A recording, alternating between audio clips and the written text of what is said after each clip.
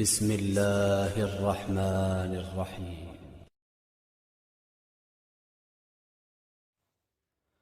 واصف علی واصف فرماتے ہیں، درویش وہ ہے جس کو اللہ کے فیصلے کا احترام ہو، اور دنیا دار وہ ہے جو اپنی خواہش اور ضرورت کا احترام رکھے۔ اگر سر آپ کا ہے تو درد بھی آپ کو ہوگا۔ لوگ دوا دے سکتے ہیں لیکن سر درد کا حصے دار کوئی نہیں بنے گا۔ عبادتیں، ان کا تقدس، اہمیتیں اپنی جگہ، لیکن کسی انسان کا دل خوش کر دینا سب اہمیتوں سے زیادہ اہم ہے۔ انسان سے محبت وہی کر سکتا ہے جس پر خدا مہربان ہو۔ اگر خواہش حاصل سے زیادہ ہو تو انسان خود کو غریب سمجھتا ہے۔ اگر آپ زندہ ہیں تو غلط باتوں کی مخالفت کرنا سیکھیں۔ لہروں کے ساتھ لاشیں بہا کرتی ہے، تیراک نہیں۔ انسان کبھی کسی کے لیے اتنا ضروری نہیں ہوتا جتنا وہ گمان کر لیتا ہے۔ طاقت عاجزی کو چھین لیتی ہے، عاجزی چھن جائے تو انسان نہیں رہتا۔ ہم تکلیف کے جس مقام پر بھی ہوں، ہم سے آگے ضرور کچھ لوگ ہوتے ہیں۔ انہیں دیکھ کر ہمیں شکر کی لاٹھی تھام لینی چاہیے تاکہ راستہ سہولت سے کٹ سکے۔ بڑے گھر اور بڑے دل کا کیا کرنا جب وہ اللہ کے ذکر سے خالی ہو۔ ایک وقت ایسا آئے گا جب اعمال بولیں گے اور اللہ انصاف کرے گا۔ اکثر جو لوگ دوسروں کی زندگیوں میں جھانکتے رہتے ہیں، ان کا اپنا گریبان پھٹا ہوتا ہے۔ لوگ ہماری زندگی کا ایک صفحہ پڑھ کر پوری کتاب خود ہی لکھ لیتے ہیں۔ اپنے دل کے دروازے پر دربان بن کر بیٹھو۔ سوچو کیا آ رہا ہے اور کیا جا رہا ہے۔ اگر دل میں رکھنے کی کوئی قابل چیز ہے تو رکھو، اور اگر نہیں ہے تو اسے نکال دو۔ اللہ کے خیال کو چھوڑ کر اس کے مخلوق کے خیال میں گم ہونے والا انسان دین اور دنیا کے خسارے میں رہتا ہے۔ واصف علی واصف فرماتے ہیں، یہ نسخہ لکھ لو کتابوں میں کہ جس نے نظر عطا کی ہے، نظر کو نظارہ وہی عطا فرمائے گا۔ جس نے آپ کو ذہن عطا فرمایا ہے، خیال وہ خود ہی عطا فرمائے گا۔ جس نے دل عطا فرمایا ہے، وہ دلبر بھی عطا فرمائے گا۔ جس نے گلا عطا فرمایا ہے، وہ سننے والے بھی خود ہی پیدا کر دے گا۔ مولانا رومی فرماتے ہیں، درد دنیا کی دولت سے بہتر ہے تاکہ تو تنہائی میں اللہ کو پکار سکے۔ اللہ باقی ہے لیکن وہ فانی کو ہی پیدا فرماتا ہے اور اسی فانی سے محبت بھی کرتا ہے۔ اگر جہالت کے زمانوں میں سچائی ایک آدمی میں نمایاں ہو گئی اور وہ اگر زیادہ نمایاں ہو کر طاقتور ہونے لگ گیا تو ساری جہالت اکٹھا ہو کر اسے پھانسی لگا دے گی۔ اپنے بہترین وقت کو نماز کے لیے وقف کر لو، کیونکہ تمہارا سب کام تمہاری نماز کے بعد قبول ہوگی۔ اللہ تمہیں صبر کے راستوں سے گزار کر ہی شکر کی منزل تک لاتا ہے۔ اگر آزمائش کے لیے تمہیں چنا گیا ہے تو خوش ہو جاؤ، کیونکہ آزمائش وہ انہی کو دیتا ہے جنہیں اپنا بنانا چاہتا ہے۔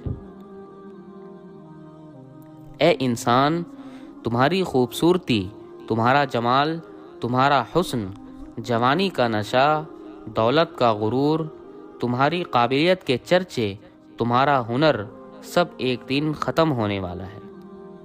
تو پھر اللہ سے کیوں دور ہے؟ کیوں اللہ کے حکموں کو توڑ رہا ہے؟ کیوں موت سے بے خبر ہے؟ غرور کس بات کا ہے؟ کیا تم نے سنا نہیں کل نفس ذائقۃ الموت؟ جب اللہ نے خود کہا ہے قرآن پاک میں ان ربی لسمیع الدعاء، تو تمہیں کون سی چیز اللہ سے مانگنے سے روک رہی ہے؟ اللہ سے ایک بار سچے دل سے مانگ کر تو دیکھو، اس پہ یقین تو کرو، ایسا یقین جو ہر شے سے پاک ہو۔ اللہ اپنے بندے کو کبھی مایوس نہیں لوٹائے گا۔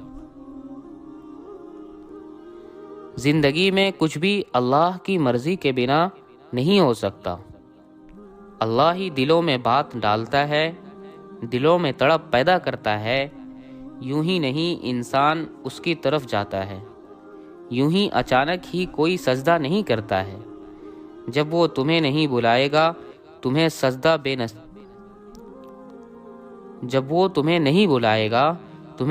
بے نصیب نہیں ہوگا۔ نصیب والے ہو کہ اللہ نے توفیق دی، تمہیں چنا ہے سجدے کے لیے۔ اللہ دعا مانگنے کی توفیق دیتا ہی تب ہے جب اس کو تمہاری دعا قبول کرنی ہوتی ہے، تمہاری دعا پہ کن فرمانا ہوتا ہے، اور بے شک اللہ مانگنے والے کو خالی ہاتھ کبھی بھی نہیں چھوڑتا۔